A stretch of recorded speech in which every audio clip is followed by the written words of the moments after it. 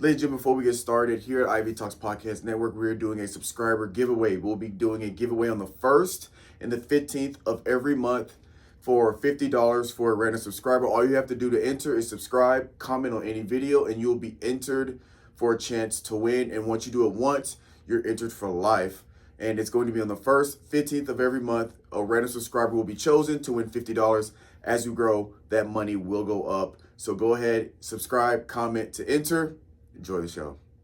Ladies and gentlemen, welcome to another episode of the WNBA coverage. Coach Diesel is chilling with fam, so your boy is going to take it from here, solo dolo. So like usual, we're going to get into the standing, statistical leaders, overall standing, so the top 8, which are the 8 that's going to make the playoffs. And then we'll get into the All-Star coming up in a couple of weeks and top performers and things like that. So getting straight into it, in the East, we have number 1, New York Liberty, number 2, Atlanta Dream, 3, Indiana Fever, 4, Washington Mystics, 5, Chicago Sky, 6, Connecticut Suns. In the West, we have 1, Minnesota Lynx, 2, Phoenix Mercury, 3, Seattle Storm, 4, Golden State Valkyries, 5, Las Vegas Aces, 6, LA Sparks, and 7, Dallas Wings. Statistical leaders, we have in points per game, Nafisa Collier at 24.3.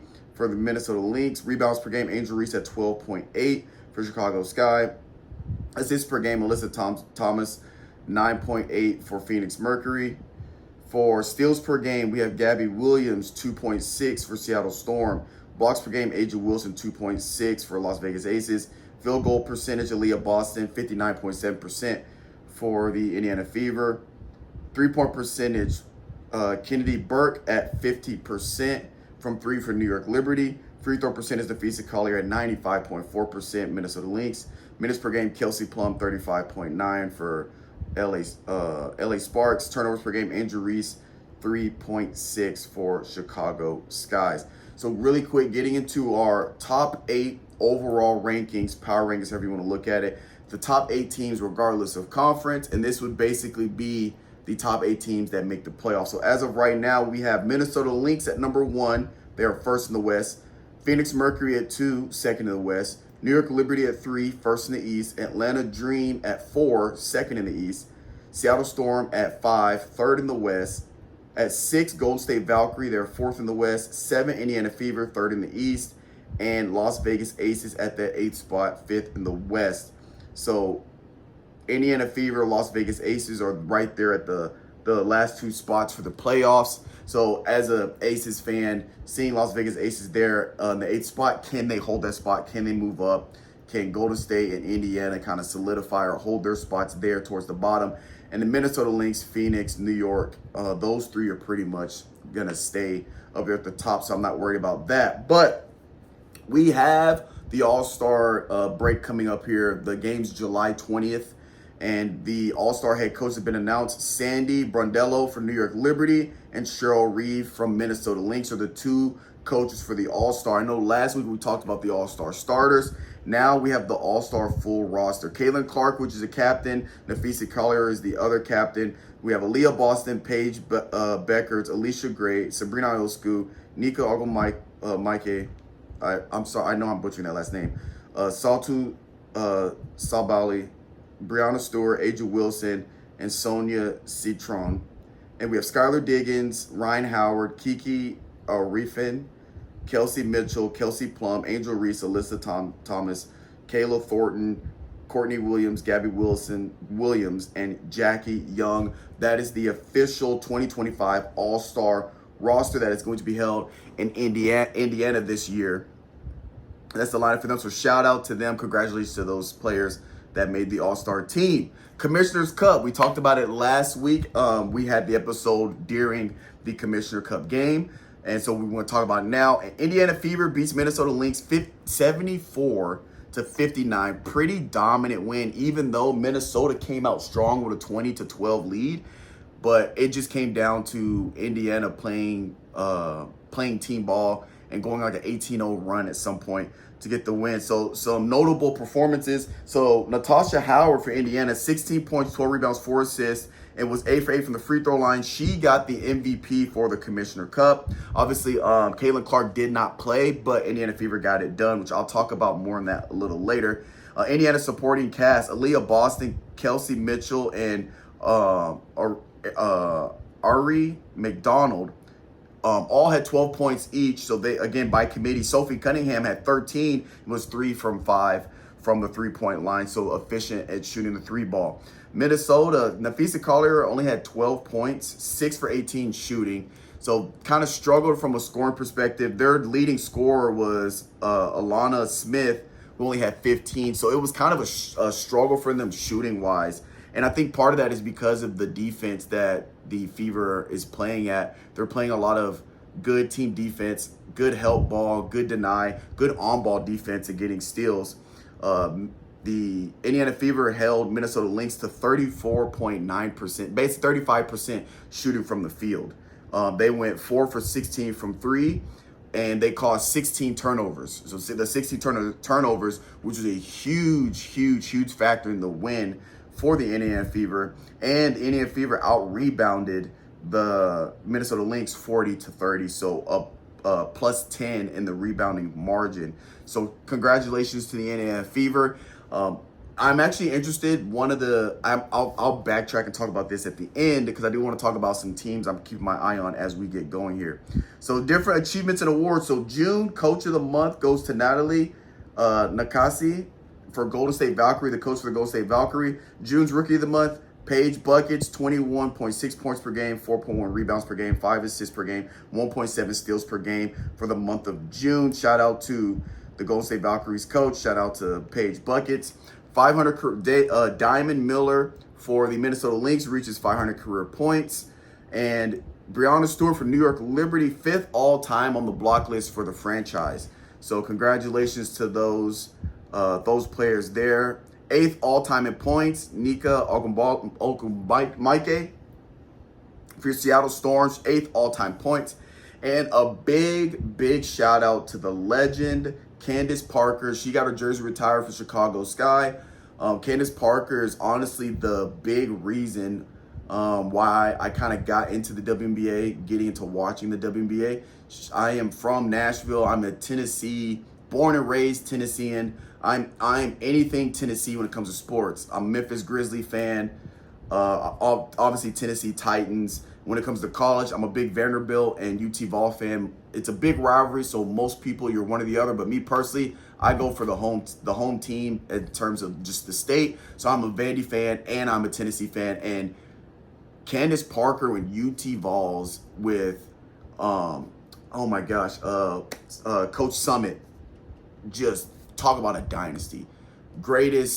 One of the greatest coaches in sports of all time for the Coach Summit for the UT Vols. So I was a huge fan of Candace Parker individually, and then when she went into the WNBA, I kind of watched here and there, and then as she began to dominate, I just really became a fan of her individually, and then eventually I kind of, during COVID, I segued into really get into the WNBA. So huge Candace Parker fan. I got to make sure I get a jersey. I don't have a Candace Parker jersey yet. I will get one. I got Kelsey Plum, Aja Wilson. I got a Sue Bird and I have a Diana Taurasi, Aja Wilson, Kelsey Plum. Got to get a Candace Parker and a Sue Bird jersey.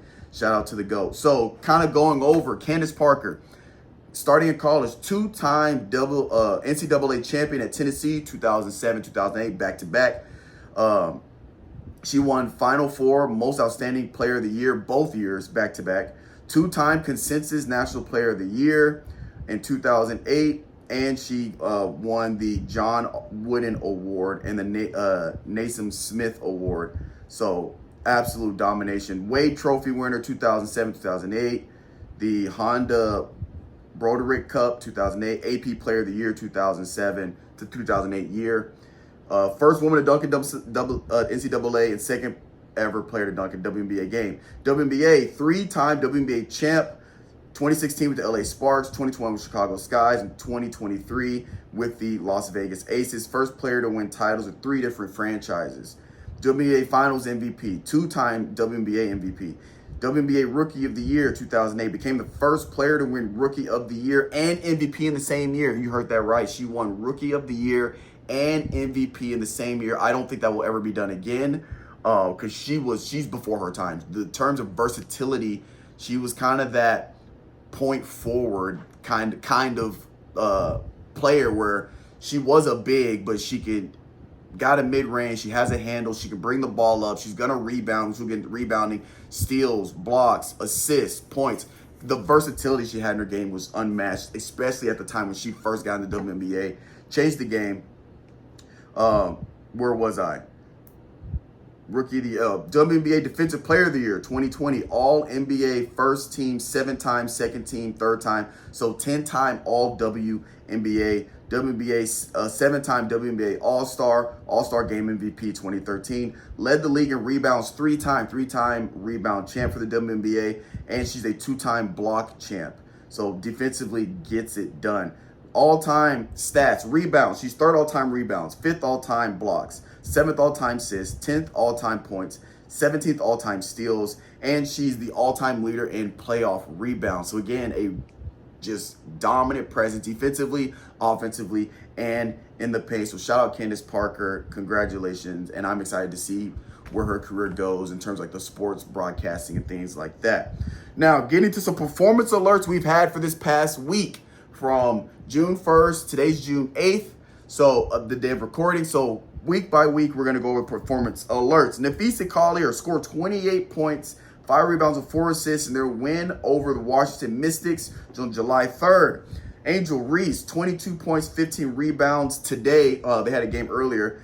In today's game, 22 points, 15 rebounds, had 17 boards and the game against Minnesota on the 6th, and it's her 5th straight game with 15 plus rebounds. And not only that, she's getting more efficient from a field goal perspective. I know Coach Diesel and I talked about once she figures out how to finish at the rim and get more efficient with finishing and more efficient in her field goal percentage, she is going to be an absolute unit. She's going to be a problem. She's going to be a monster. She already is just from a boarding standpoint. But then once she's not just grabbing her own rebounds and she's finishing, her points are going to go up and she's still going to get rebounds. So she is starting to figure that out, and I love seeing players get better as the season goes on, as their career goes on. Where are we? Aja Wilson, shout out Aja Wilson, 19 points, 10 rebounds against a game at Connecticut, and she's on a tear. She's 2nd in points per game in the WNBA right now, behind Nafisa Collier. Dakara Hamby, LA Sparks, 25 points, 9 rebounds with some assist, steals, and blocks, kind of doing everything. Even though it was a loss against New York Liberty, she's doing it all. And I was a big fan of how she handled herself as the primary scorer for LA last year. She's still showing that she can contribute even when she's playing with other superstars like Jackson and Kelsey Plum. Next, we have Kayla Cooper, Phoenix Mercury. She had a team high 33 points July 3rd, even though they lost against Dallas. That's the one thing about Phoenix Mercury. They have very explosive scores. Again, they're number 2, did I say? Yeah, they're number 2 in the overall standings. So they're in a good spot. So they just got to keep capitalizing on the explosive they have in different players to go get buckets. Last but not least, Sabrina Ionescu, she had 22 points and 9 rebounds in Liberty's win over Seattle on July 6th. So those are different performance, top performers. Again, I don't have time to get through all of them. Shout out to everybody that's doing well this week. But those are just some big notable ones that I've been watching this past week. So I want to get into some teams I'm really keeping my eye on. One thing I was talking about, Indiana Fever. They are playing well. They won the Commissioner's Cup without Caitlin Clark. They're starting to build that chemistry even with Caitlin Clark on the bench due to injury.